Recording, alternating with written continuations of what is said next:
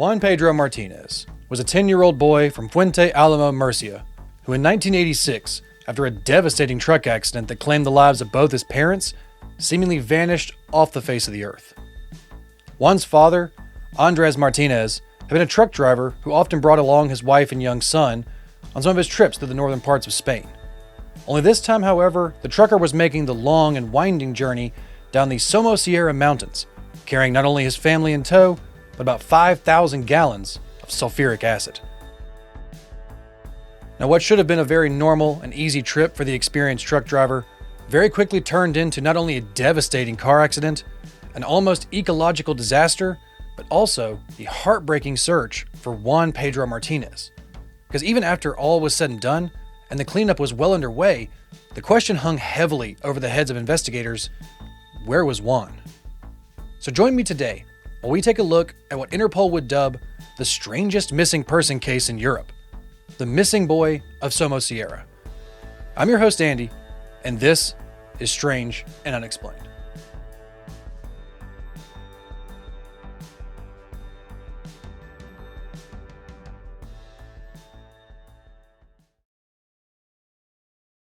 On June 25th, 1986, at approximately 6 a.m., Andres Martinez and his family got into a Volvo F12 truck loaded with 20,000 liters of almost pure sulfuric acid and began their trip down the Somosierra mountain pass, which is located in the northern part of Madrid province, Spain. However, shortly after the truck started making its way onto the long and winding mountain road, the other drivers nearby started to notice something terrifying. The truck was picking up speed. After constantly gaining speed as it made its descent, the truck swiped past multiple cars on its way down, and it became evident that the brakes on the chemical truck had failed. As it scraped by a small sedan, taking its side mirror off in the process, the large Volvo rear-ended another vehicle, causing it to run off the road. Unfortunately, these small impacts did little to nothing to now slow the speeding tanker. Now, just a few moments later, after reaching speeds of nearly 90 miles an hour, Andres collided with another truck traveling in the opposite direction, resulting in the Volvo overturning and causing its tank to rupture, spilling its contents throughout the truck's cab and onto the road. Emergency response teams quickly arrived on the scene, where a justice of the peace alerted them to a deceased man and woman in the cabin of the truck, who unfortunately already had significantly been corroded by the acid.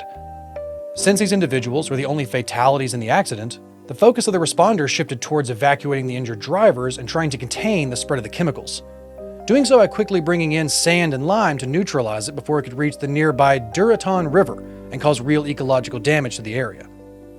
Now, after about 3 hours of containment, the bodies were finally retrieved from the cabin. The two were promptly identified as Andres Martinez, the truck driver from Fuente Álamo, and his wife Carmen Gomez. Later that afternoon, after the majority of the accident had already been cleaned up, a police officer placed a call to Carmen's mother to tell the woman of the tragic news. But when sharing the events with the elderly woman on the phone, she burst into tears and began asking, "And the boy? Please tell me the boy is all right."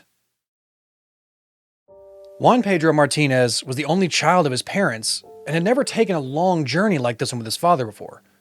Fascinated by the stories of cows grazing on lush Basque pastures, he convinced his father to promise him a trip there if he excelled in school. And with the school year over, Juan Pedro meeting his end of the bargain, his father felt compelled to fulfill his promise. Andres then persuaded his wife to join them for the journey, so as to help watch out for Juan Pedro's safety while he unloaded the truck at their destination. And with the plans all set, on June 24th, Andres picked up the family and departed for their trip. But now the real question remains: was Juan Pedro in the truck at the time of the accident?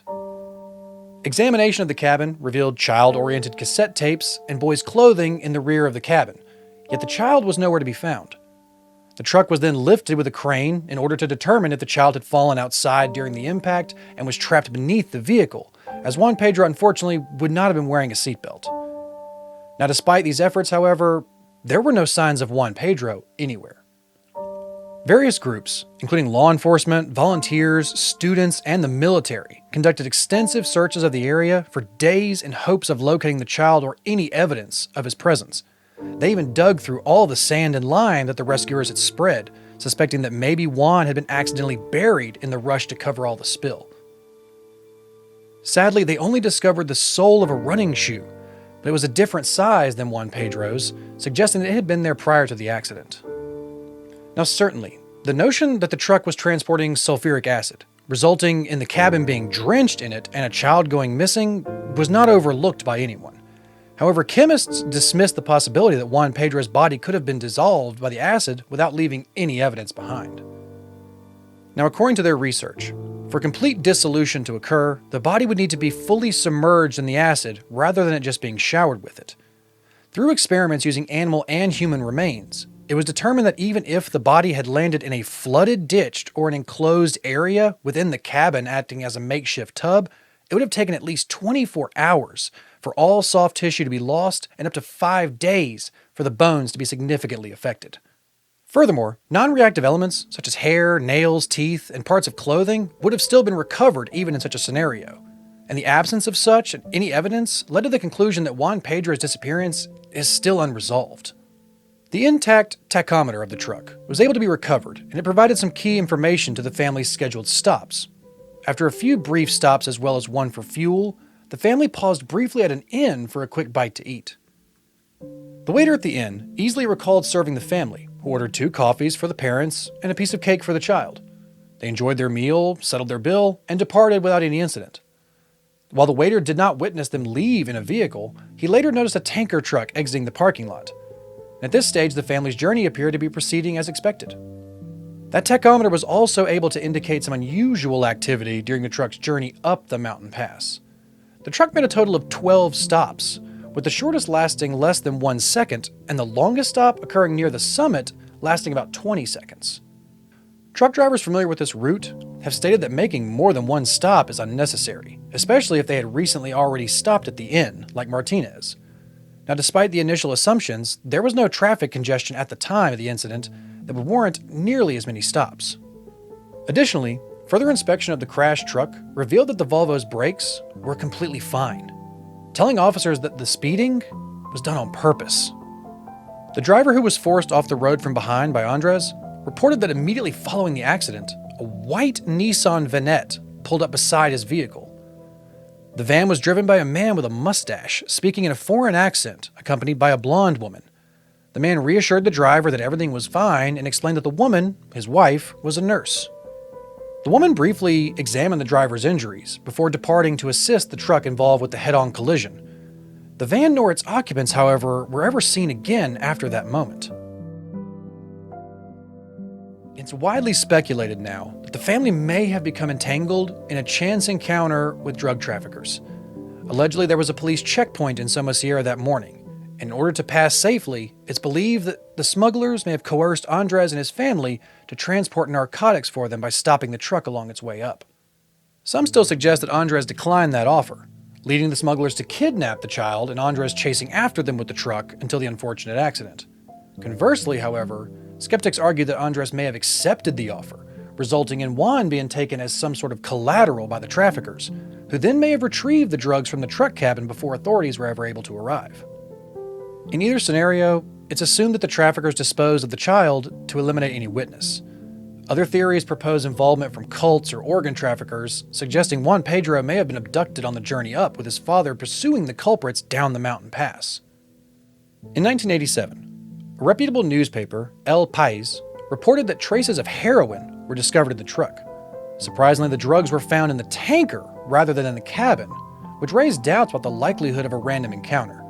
And despite an investigation into Andres Martinez's business, no connections could ever be established between him or any individuals in the drug trade or other criminal activities.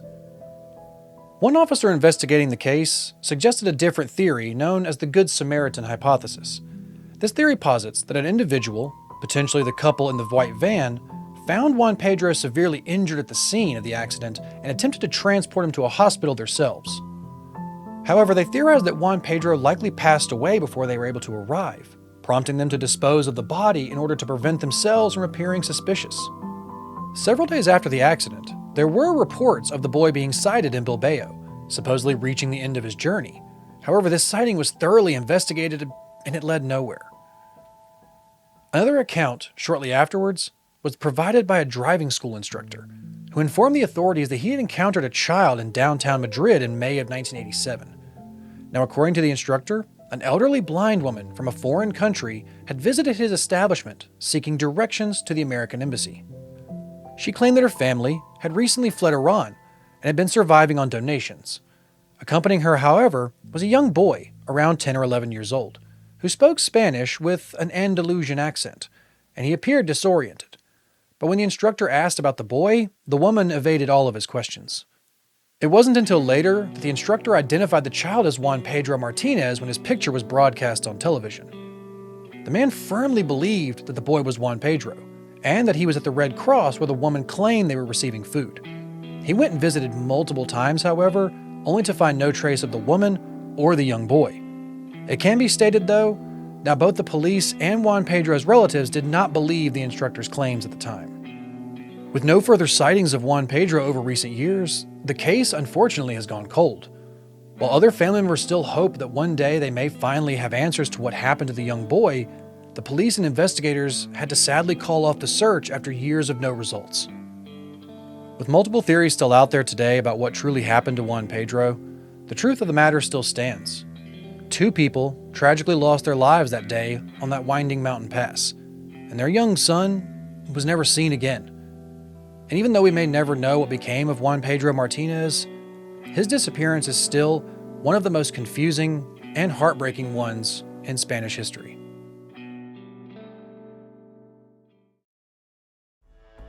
We hope you've enjoyed this episode, and if you have, please like and subscribe for more content just like this. Don't forget to follow us on social media everywhere at True Crime Guys, and subscribe to our YouTube channel for videos and shorts posted almost daily.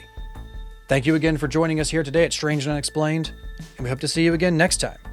But until then, be strange. Just don't be a stranger. Bye.